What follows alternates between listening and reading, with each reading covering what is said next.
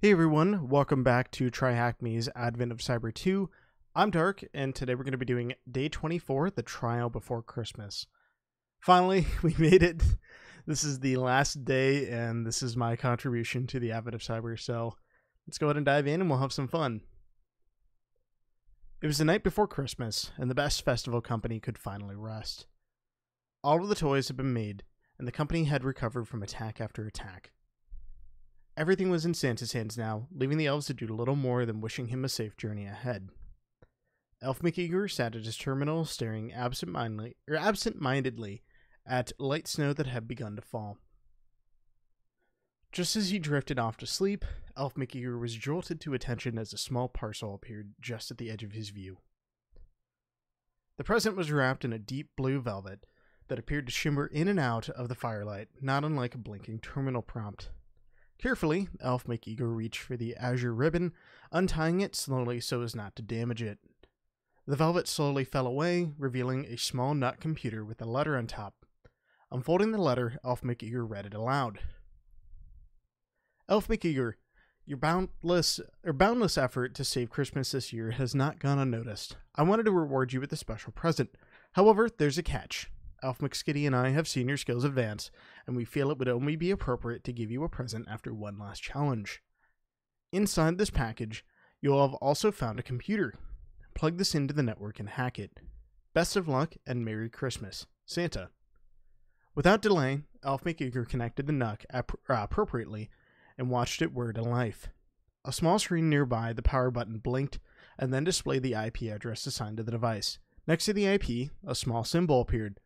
McEager quietly wondered to himself what it could mean as he logged into his terminal, ready to start his final challenge. Today's task is an accumulation of the skills you've gained throughout the Advent of Cyber 2.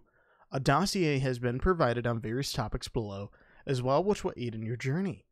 Don't be afraid to ask for help in the Advent of Cyber Discord channel where necessary. Just be sure to try your best. So this is going to use a lot of skills that we've gained throughout this year's Advent of Cyber, and this is sort of like our capstone project for this day, so just be aware of that, or for the Advent of Cyber overall.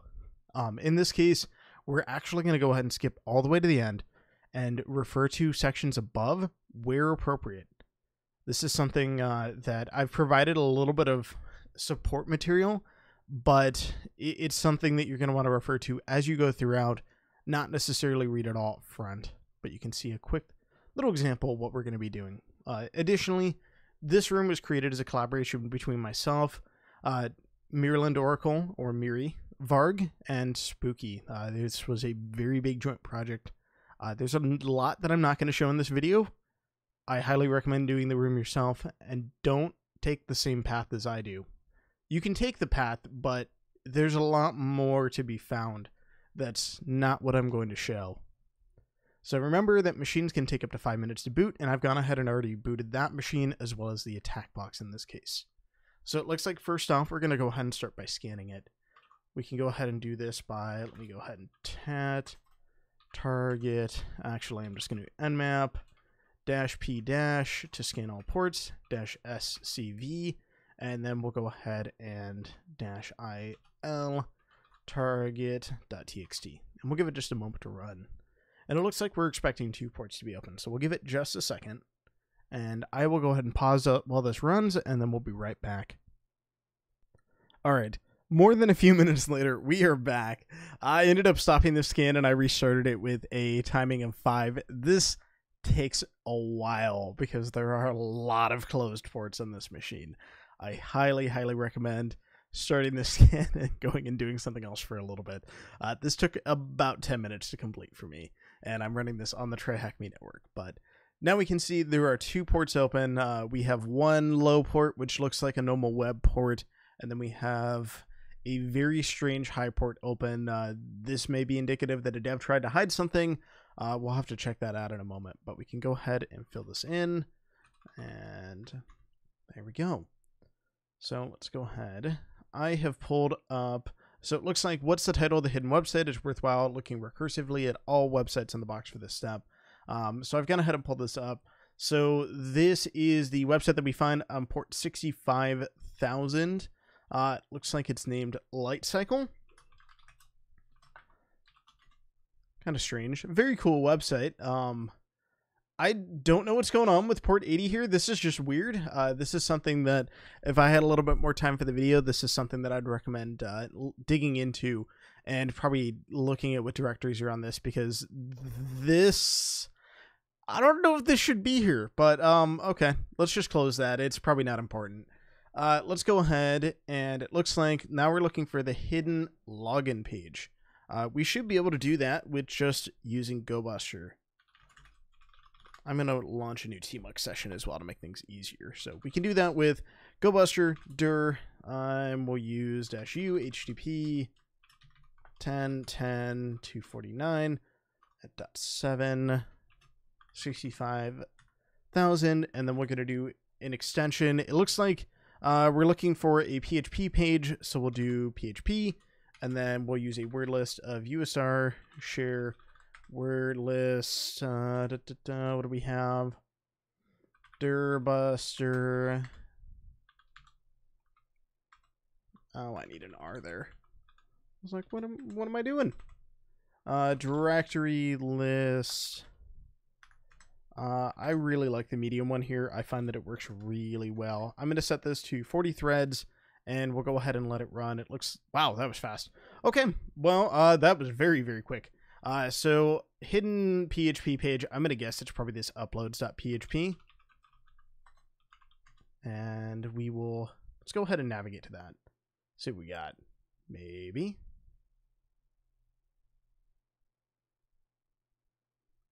So we have uploads. Actually, you know what? Before this, let's go ahead. We're going to launch burp, as I get the feeling that we're going to need it with this next step. And it looks like, what is the name of the hidden directory where file uploads are saved? We can take a look at this. I'm going to guess since it's 4 letters, it's probably grid. And we can take a look into that in a moment. Bypass the filters, upload and execute a reverse shell. Since it is filters plural, it is likely going to be both a server-side and client-side filter in this case. And we'll go ahead and start burp. With the client-side filter, we can bypass this pretty easily by removing the restriction on filtering out JavaScript files from burp. So we're going to go ahead and do that right now. And then we can just drop the file. There we go. So let's see. We want to go to proxy and options. Edit this one. And then we're going to remove this JavaScript one. We do want to intercept those. Now if we go back to intercept, we do have intercept as on.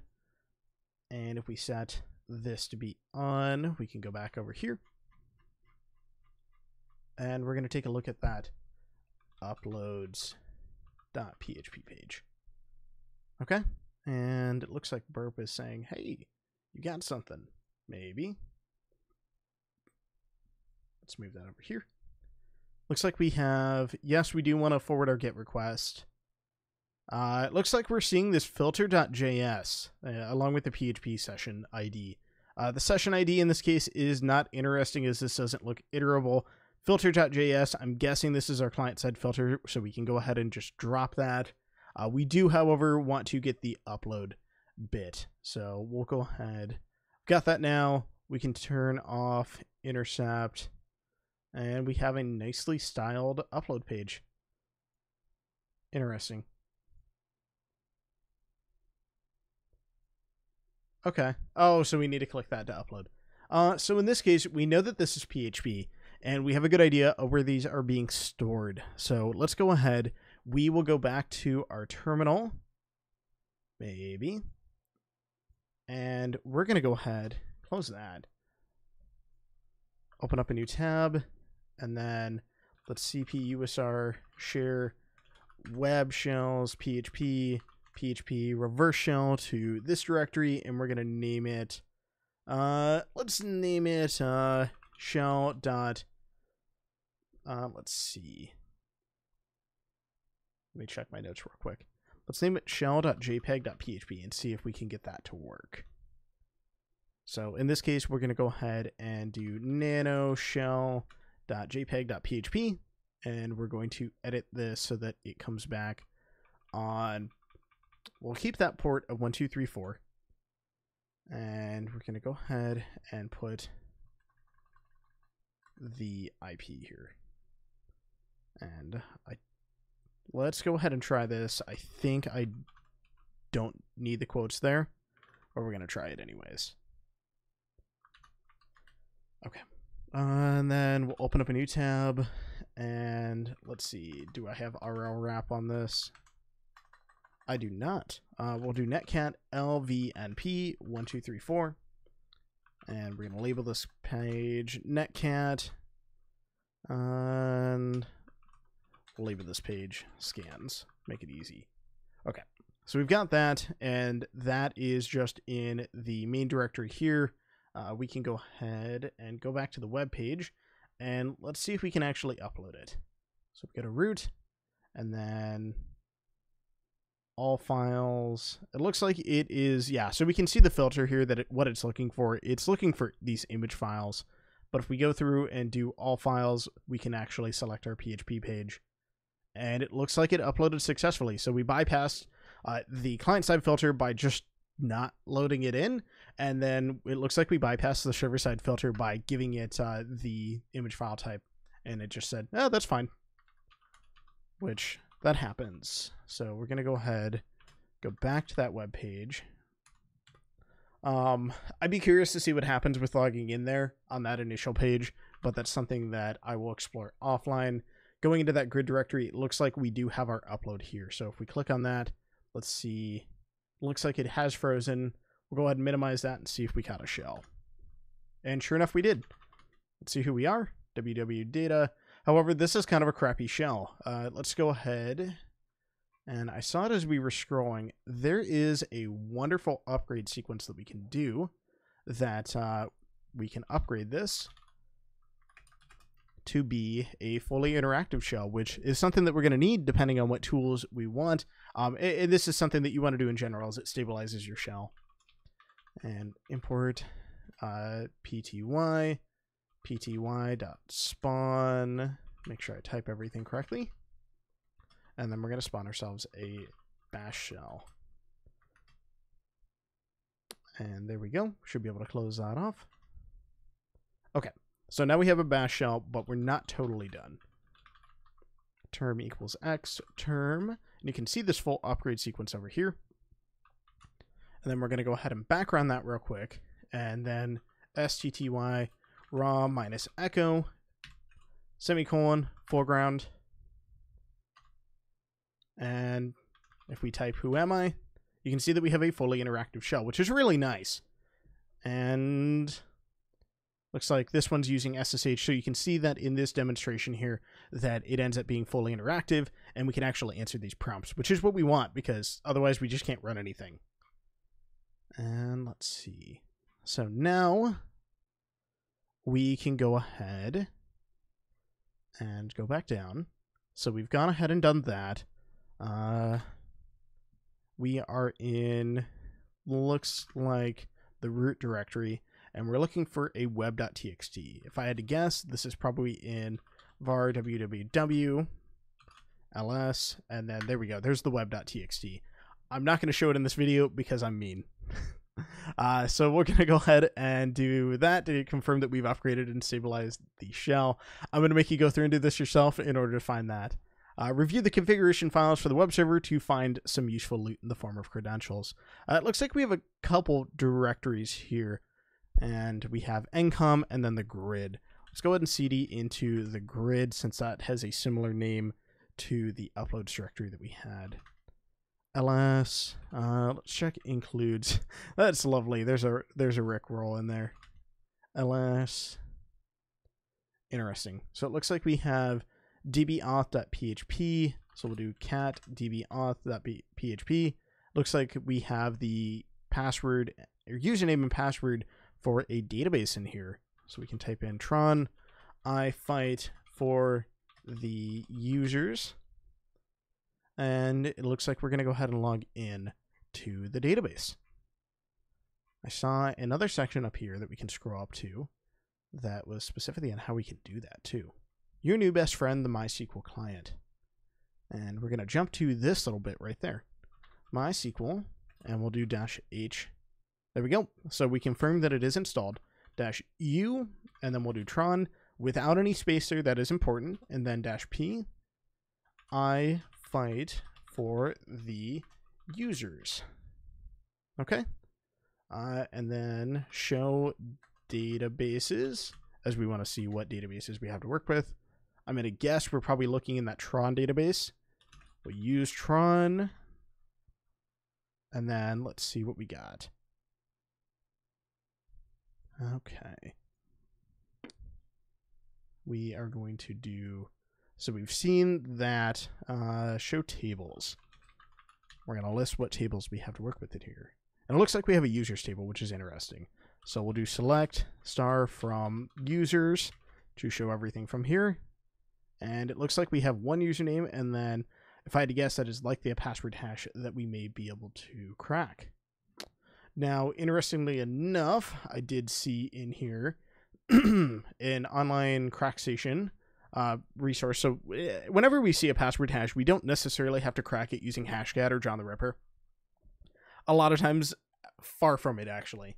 It's always worthwhile, as long as you're not handling particularly sensitive data, specifically in the case of a CTF, to see if the password hash that you have is a known hash that we can just crack online and make things pretty easy. So let's scroll down and access the database and discover the encrypted credentials. What is the name of the database you find these in? And we found that out of tron. Let's go ahead. We will copy this. Copy. And I'm going to go ahead and open up CrackStation. And nope, I need to go back and actually pull it out. It would not have been on my clipboard there. Copy. And then go back to CrackStation. Paste that in. I'm not a robot. Not that I last checked. And it looks like we have the password @computer@ for our user Flynn. There we go. Use SU to log into the newly discovered user by exploiting password reuse. So we'll go ahead and mark that as completed. I think I can just type exit. There we go. We'll clear that. And then Sue Flynn. @computer@. And then we can see that we are Flynn. Even by typing who am I, we can confirm that we are Flynn. And if we cd home Flynn, we can see that we have a user.txt, which I'm not going to show here because, again, I'm terrible. Check the users groups, which group can be leveraged to escalate privileges. So if we do ID, we can see that looks like Flynn is part of the Flynn group, Flynn group, Flynn group. Very unique. And then we have one more fun group here at the end. This is LXD, and this is actually associated with a very, very cool Privesk that's a little bit of a mind bender. This is a Privesk that we can do, and we'll do this here in just a moment, where we can escalate our privileges by essentially abusing a mount point out of a container. So LXD is it's a program that allows us to run containers similar to Docker, and we can mount bits of the file system that we shouldn't be able to read, like, root's home directory. And if we go into the container, we have root privileges in the container because it's a container and it's something that we've created. And if we mount bits of the file system that we would normally be able to read and we're root on the container, well, that's not great. We bypass any checks. So a very cool Privesk, and it's sort of like a recursive mount. And we're going to go ahead and do that right now. So if we scroll up to this bit, I do have a nice little written up section on this here. We can see, and I do have my source for these just down below. If you find my right up here to be a little bit confusing for how we do this, I do recommend checking out the resource that I've linked down here. It is fantastic, and it's one that I've used a couple times when I've had to do this Privesk. So confirming that we have the LXD group is going to be the first one. Typically, this Privesk can be a bit of a drawn-out process.